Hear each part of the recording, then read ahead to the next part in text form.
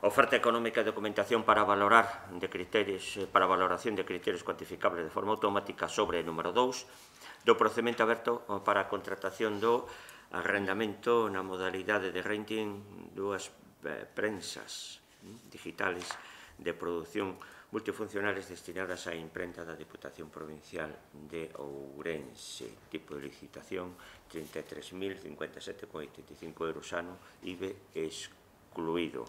Hai un só licitador. Exactamente, hai un solicitador que é Canon España S.A. E os criterios de adxudicación que se establecen nos pliegos de cláusulas administrativas son, por un lado, o precio ofertado, que se valorará de 0 a 90 puntos, e o número de horas de formación, que se valorará de 0 a 10 puntos. Procedemos a continuación a abrir a oferta presentada polo único licitador, Canon España.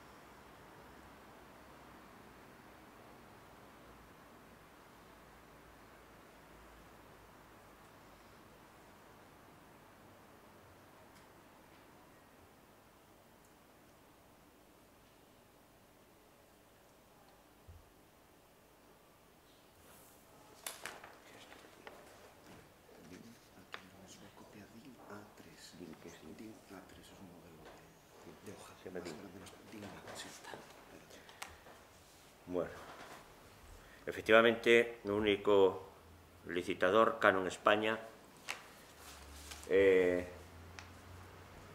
compromete a ejecutarlas con sujeción a los pliegos de cláusulas administrativas y de prescripciones técnicas aprobadas en las siguientes condiciones. Cuota fija de alquiler mensual, 999 euros mes, IVA excluido. Precio por cada copia DIN A3 o tamaño superior en color, 0,0340 euros, IVA excluido. Precio por cada copia DIN A4 en color, 0,0180 euros, IVA excluido. Precio por cada copia DIN A3 o tamaño superior en blanco y negro, 0,0020 euros, IVA excluido.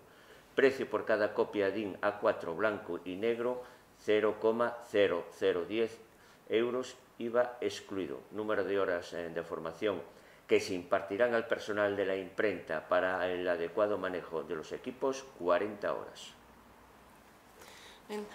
Pasaremos de esta oferta presentada polo licitador aos servicios técnicos provinciais para a súa valoración.